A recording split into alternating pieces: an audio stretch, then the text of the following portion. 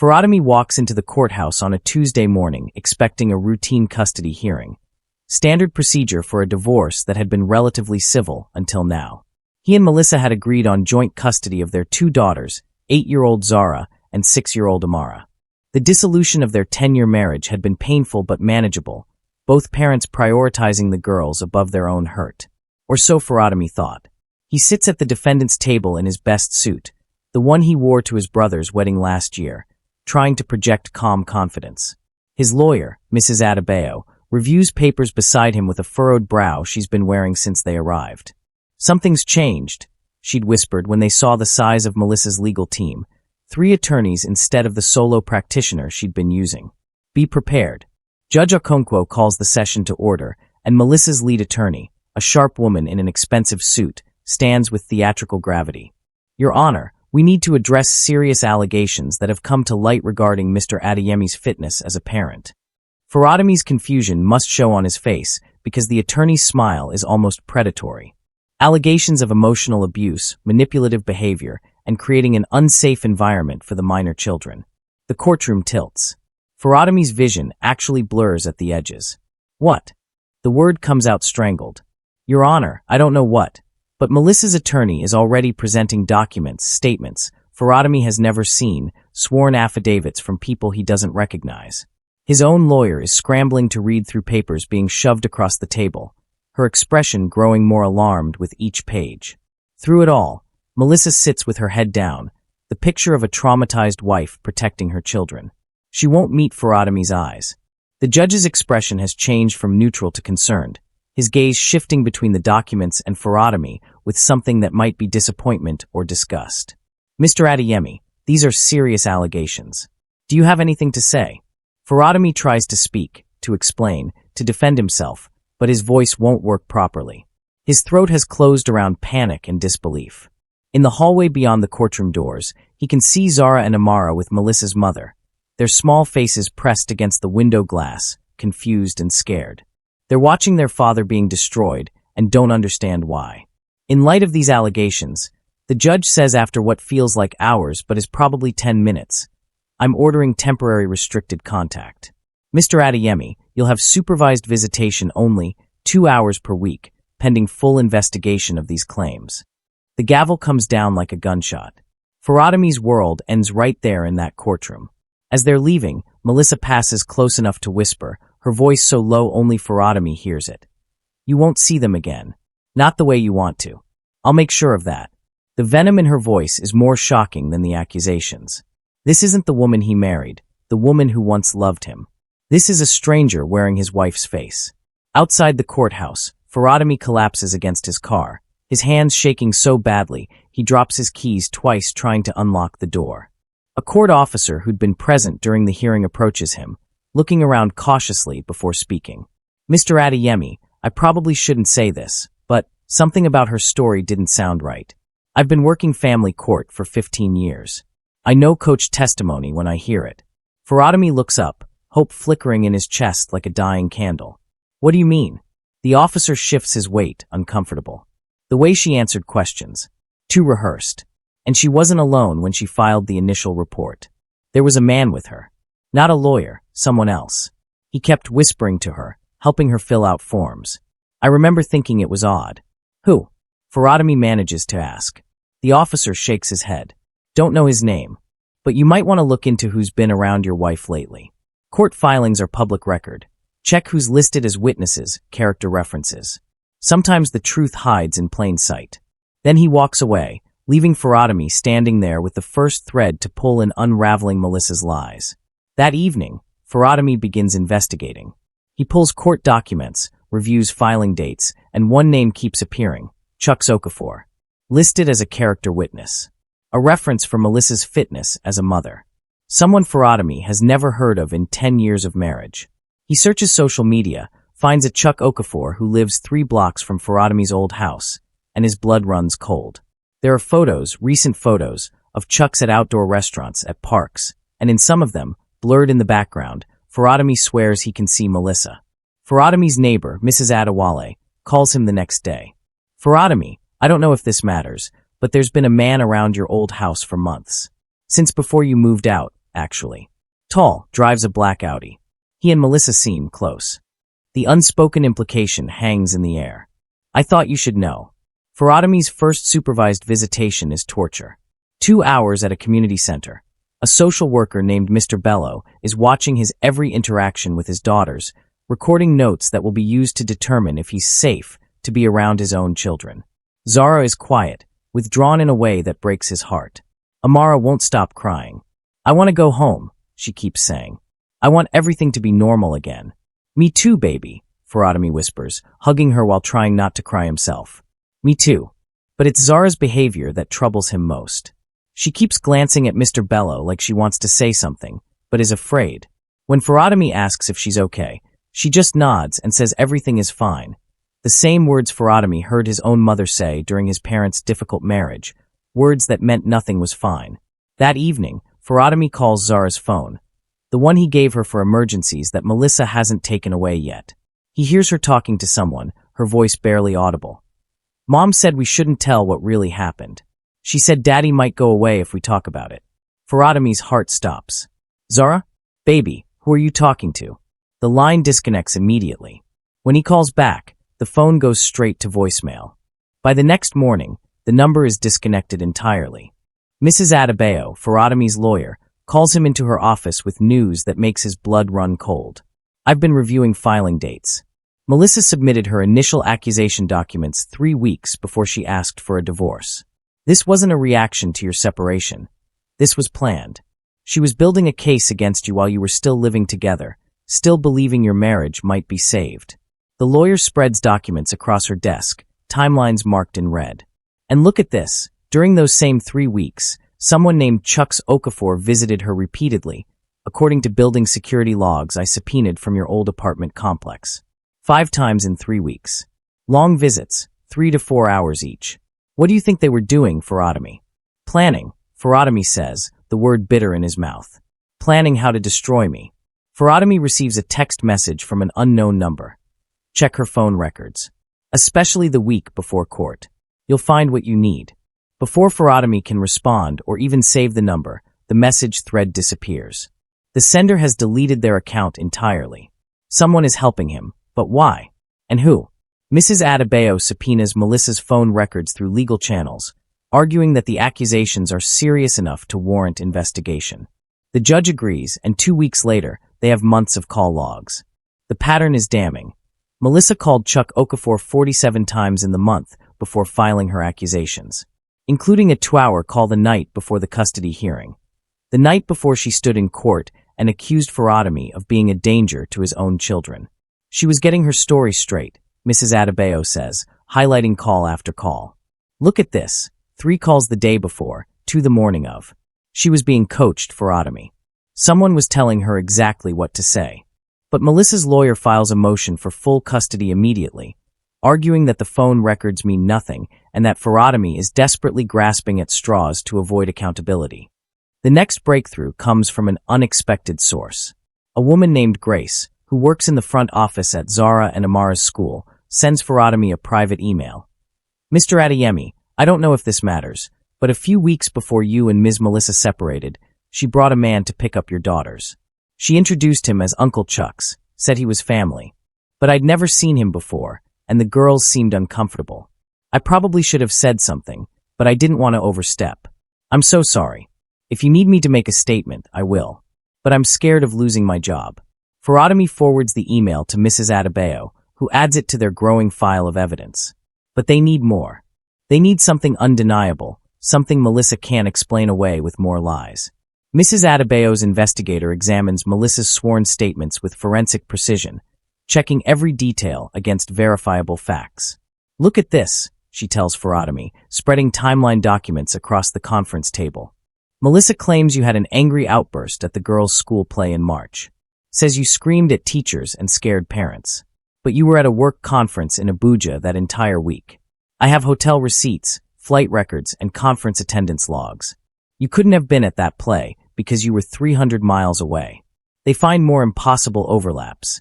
Events Melissa claims happened while she was actually at work, time-stamped with security badge swipes. Incidents supposedly witnessed by people who later say they never saw anything of the sort. Melissa's case is built on lies stacked on lies, and it's starting to crumble. Then Melissa makes a critical error. She files an amended statement, trying to correct dates that don't align with her original accusations.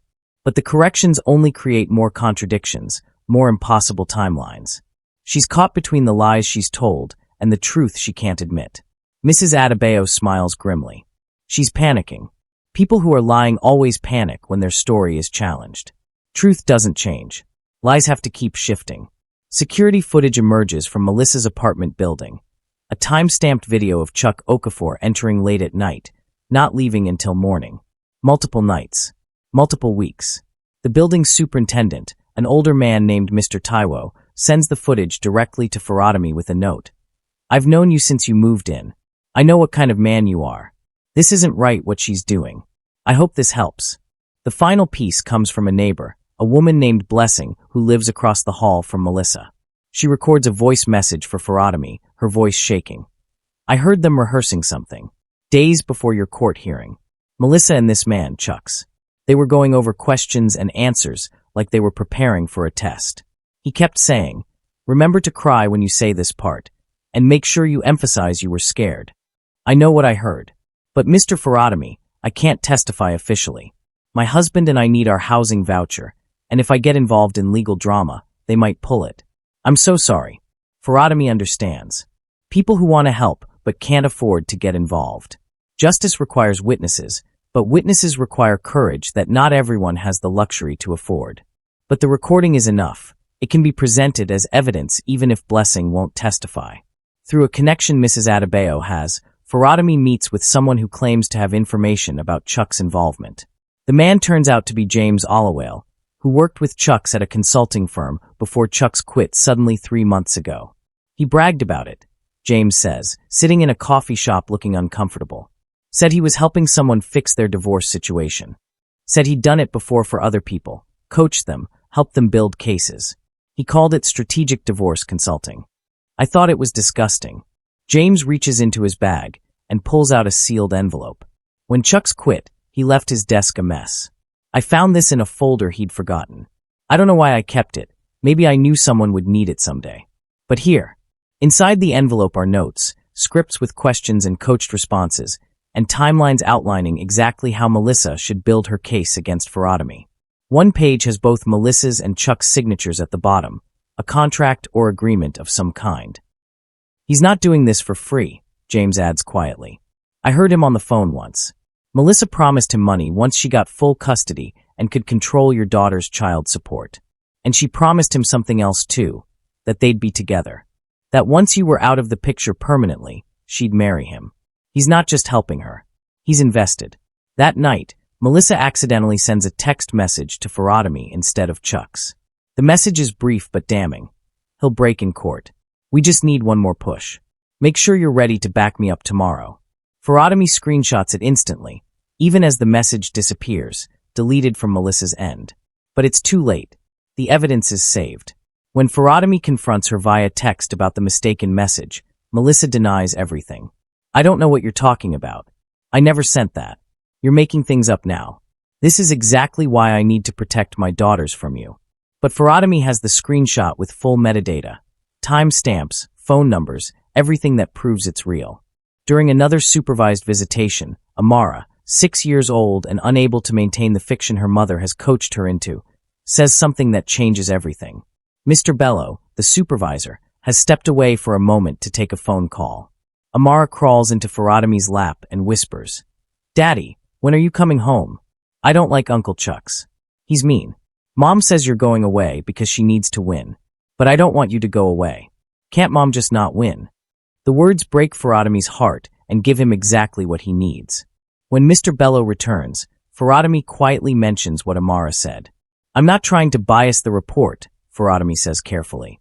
But I think you should note that in your observations. My daughter just told me her mother is framing this as a competition that needs to be won. That doesn't sound like someone prioritizing children's well-being.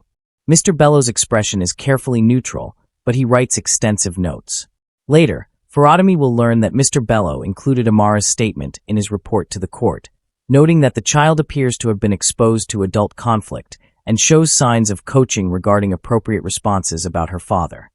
The confrontation with Chucks happens outside the courthouse before the next hearing.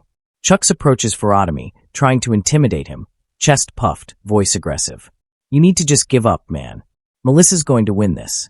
You've already lost. Stop dragging it out and making it hard on everyone." But Chucks makes a critical error in his anger. "I helped her prepare the truth.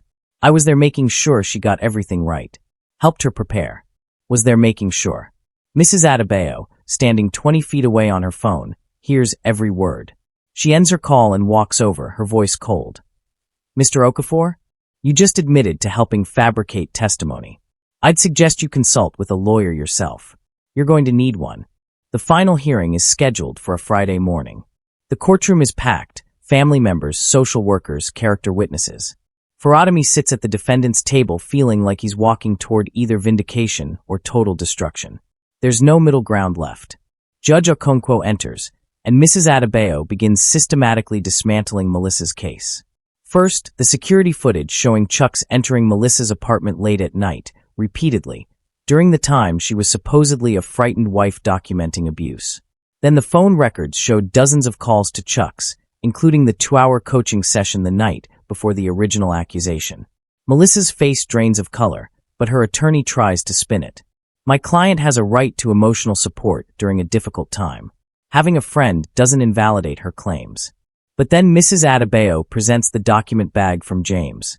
The scripts, the timelines, the signed agreement between Melissa and Chucks outlining their plan to secure full custody.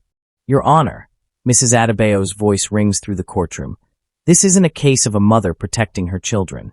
This is a premeditated conspiracy to destroy a father's relationship with his daughters for financial and personal gain." Melissa tries to speak, but her attorney puts a hand on her arm, silencing her. Mr. Bello, the supervisor, testifies about Amara's statement. The school secretary, Grace, overcomes her fear and appears via video testimony, describing how Chuck was introduced as family weeks before the separation. The neighbor's audio recording of Melissa and Chuck's rehearsed testimony is played. With each piece of evidence, Melissa shrinks further into her chair. Then Chuck is called to testify. Under oath, facing the possibility of criminal charges himself, he breaks completely. "She wanted full custody," he admits, his voice shaking. "She coached me on what to say, what to write. She needed Faradami out of the way, completely out. She promised me we'd be together after, that she'd get child support, and we'd start fresh. I just wanted to help her. I didn't think it would go this far." Melissa screams that he's lying, that he's turning on her to save himself. The courtroom erupts in chaos. Judge Okonkwo bangs his gavel repeatedly, calling for order. When silence finally falls, his voice is like ice. "Mrs. Adeyemi, you have fabricated serious allegations against your husband. You have coached witnesses. You have attempted to manipulate this court into separating a father from his children based on lies. Do you have any explanation for these actions?" Melissa has no answer that doesn't incriminate her further. Her lawyer looks like he wants to be anywhere else. The judge continues, "I'm ordering an immediate correction to custody arrangements. Primary custody will go to Mr. Faradami Adeyemi, with supervised visitation for Mrs. Melissa Adeyemi pending completion of parenting classes and psychological evaluation. Additionally, I'm referring this case to the district attorney for investigation of perjury and fraud charges." Melissa breaks down, sobbing, as Chuck is led out for questioning. In the chaos, Faradami sees his daughters in the hallway with his mother, who'd been called to take custody of them immediately. Zara and Amara are crying, confused, but when they see Faradami, they break free and run to him. He drops to his knees and catches them both, holding them while they cry against his shoulders. 6 months later, Faradami's small apartment has become a home. Zara's artwork covers the refrigerator. Amara's toys are scattered across the living room. There's chaos and noise and mess, and Faradami has never been more grateful for anything in his life. The girls are in therapy, working through the confusion and manipulation their mother put them through. Slowly, gradually, they're understanding that their father never abandoned them, that he fought through hell to get back to them. Melissa faces criminal charges and has been ordered to complete extensive counseling before she can have even supervised visits. Chuck's disappeared after his cooperation with prosecutors, reportedly moving to another state. The anonymous helper who sent those initial messages never revealed themselves, though Faradami suspects it might have been Grace from the school, or possibly someone else Melissa hurt in the past. One evening, Faradami gets a message from that unknown number again. Told you she'd slip. Truth always finds a way. Take care of those beautiful girls. Then the number vanishes again, leaving Faradami with confirmation that someone somewhere had been watching out for him all along. Faradami sits on his couch with a daughter on each side, watching a movie they've seen a dozen times. Zara leans against his shoulder. "Daddy, are you happy now?" she asks quietly. Faradami thinks about everything they've been through. The lies, the court battles, the months of supervised visits, the systematic destruction of his reputation. He thinks about how close he came to losing everything that matters. "Yeah, baby," he says, kissing the top of her head. "I'm happy now. We're together. That's all I ever wanted." Amara adds sleepily. "Mom said we couldn't be together. But she was wrong." Faradami doesn't respond to that. Someday, when the girls are older, they'll understand the full scope of what their mother did. But for now, they just need to feel safe and loved. They need to know their father will always fight for them, always protect them, always be there, no matter what lies the world tries to tell. Later, after the girls are asleep in their shared bedroom, they refuse to sleep separately after being reunited with their father. Faradami stands at their doorway watching them breathe.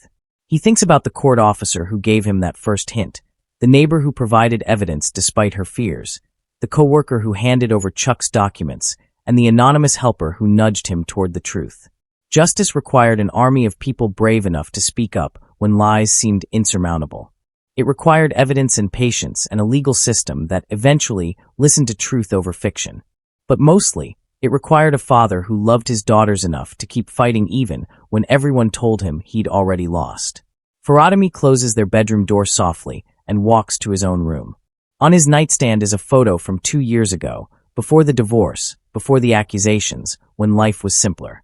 He and Melissa and the girls at the beach, all of them smiling, all of them believing in forever. Faradami looks at that photo for a long moment, then puts it in a drawer. Not thrown away. His daughters might want those memories someday, but removed from daily sight. Tomorrow is Saturday. They'll go to the park. Maybe get ice cream. Do normal things that once felt impossible. Build a life not defined by court battles and custody hearings, but by ordinary moments of love and laughter and healing. The scam almost worked. Melissa almost destroyed him. But truth, persistent and patient, had proven stronger than lies. Faradami turns off the light and listens to his daughter's gentle breathing through the thin apartment walls. This is his victory, not the court decision, not Melissa's consequences, but the simple, profound gift of being a father to his children. He didn't just win custody. He won back his life, his daughter's trust, and the future they all deserved. And in the darkness, just before sleep, Faradami whispers a prayer of gratitude for truth-tellers and patient lawyers, for judges who listen and children who eventually speak, for the long road of justice that bends, slowly but surely, toward what's right. His daughters are home. His name is cleared. His life, rebuilt from the ashes of betrayal, is his own again. That's more than victory. That's grace.